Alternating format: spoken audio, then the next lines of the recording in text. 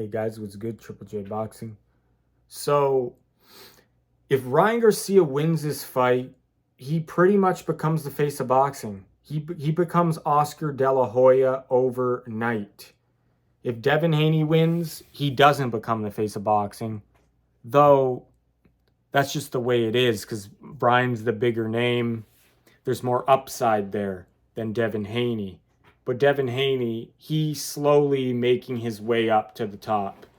Whereas other guys like Ryan, Gervonta, they have more popularity, um, you know,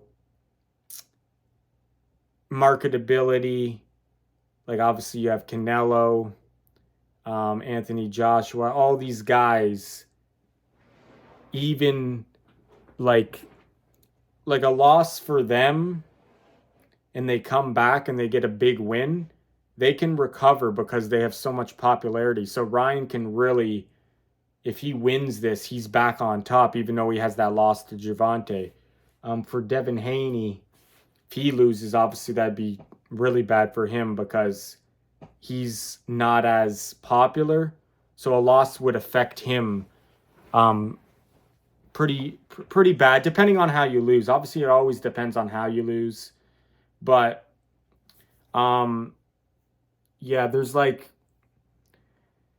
definitely if Ryan wins, it's huge. It's huge. Obviously, it's an upset too, so that brings actually more to it, the table as well. When it's an upset, it always gets people more. It always shakes up the world, right? And people pay more interest to that. Everyone loves an underdog, right? But yeah, guys, I don't know what to think about how the fight's going to play out. It's going to be interesting. I'll do a breakdown in another video, but yeah, guys, it's going to be interesting. It's definitely going to be interesting how the fight plays out. How is this fight going to go? It's so unpredictable, you know? Because if Ryan didn't do any of these antics online since the start of the camp, you don't know if he's drinking, you don't know if he's partying, you don't know if he's serious. He seems fine, he seems normal, then he's not.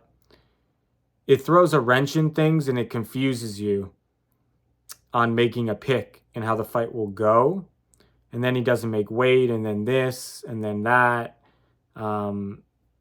It's you don't know, right? You just don't know. Because if this stuff wasn't happening, I would say it's a 50-50 fight. And I would actually favor Ryan just because he's strong, he's fast, and he's powerful. And you just, that kind of God-gifted, like, natural talent that he has with the speed, the power. You can't buy that. You can't get that from training, really. You can try to work on power, but the amount of like just the way he throws his shots with that kind of speed and power, it's natural. It's naturally gifted.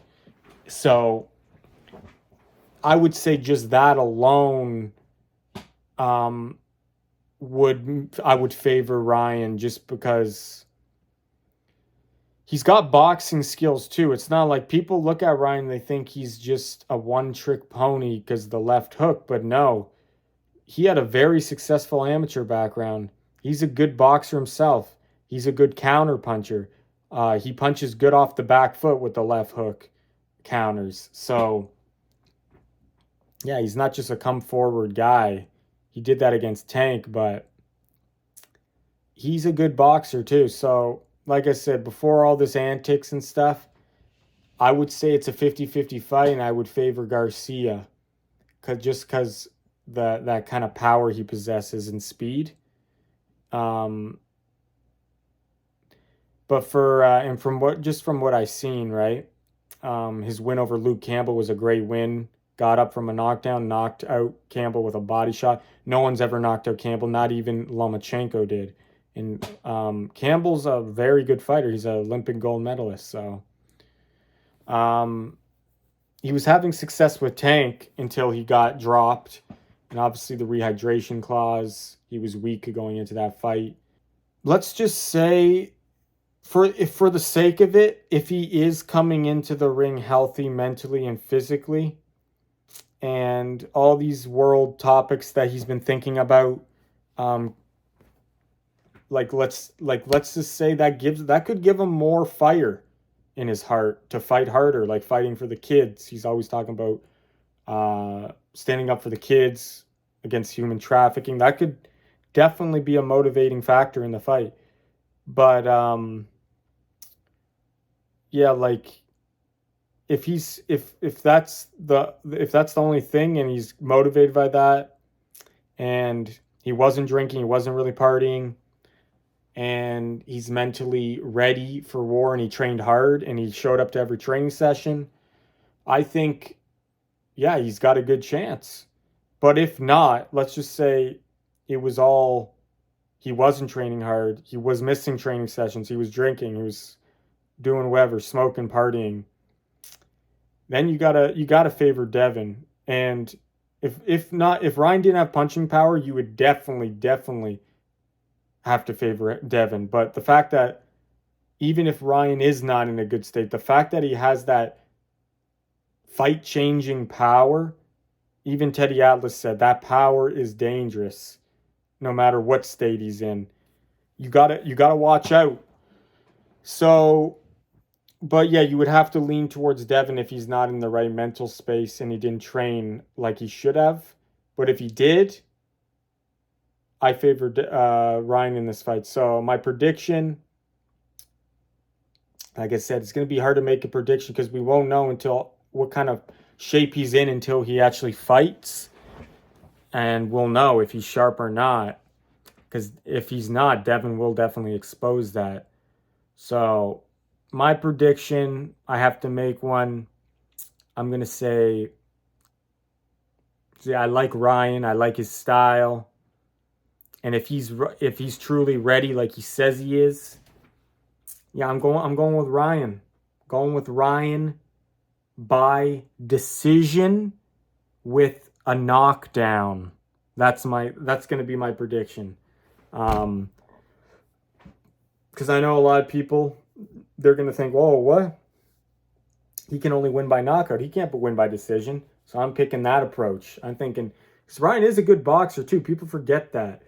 So, yeah, guys, that'd be interesting if it went 12 rounds and Ryan won a decision, got like a knockdown. But if he's not in the right mental space, he didn't train hard, it's going to be Devin Haney winning. Winning probably by decision, winning most of the rounds. But, like, yeah, it's going to be so hard. We won't know. It's all eyes on Ryan. Let's see what kind of shape he comes in. Obviously, Devin looked a little bit weight drained like he usually does. So I don't know how much that's going to affect him. Obviously, every fight, it's going to be harder for him to make weight at 140. He's probably not going to be there much longer. So will that affect him? I don't think it'll affect him too much since he's used to cutting tremendous amounts of weight before fights. So it's not ideal, but I feel like he'll be fine. It's gonna come down to Ryan if he really was focused and training for this fight. Because if he was, we got a fight on our hands, and I would pick Ryan with a knockdown, maybe a couple knockdowns, winning by decision. Devin has never really went down, but he did go on Bambi legs against Linares. And then Ryan, on the other hand, has went down, but never got Bambi legs. You know what I mean? And I feel like getting Bambi legs is worse than just going down. Like, anyone can get dropped with a flash knockdown. It's how the legs look and stuff.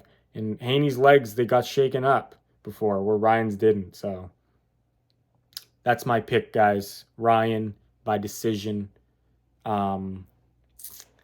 But yeah, I'm just hoping for a good fight. Respect to both guys.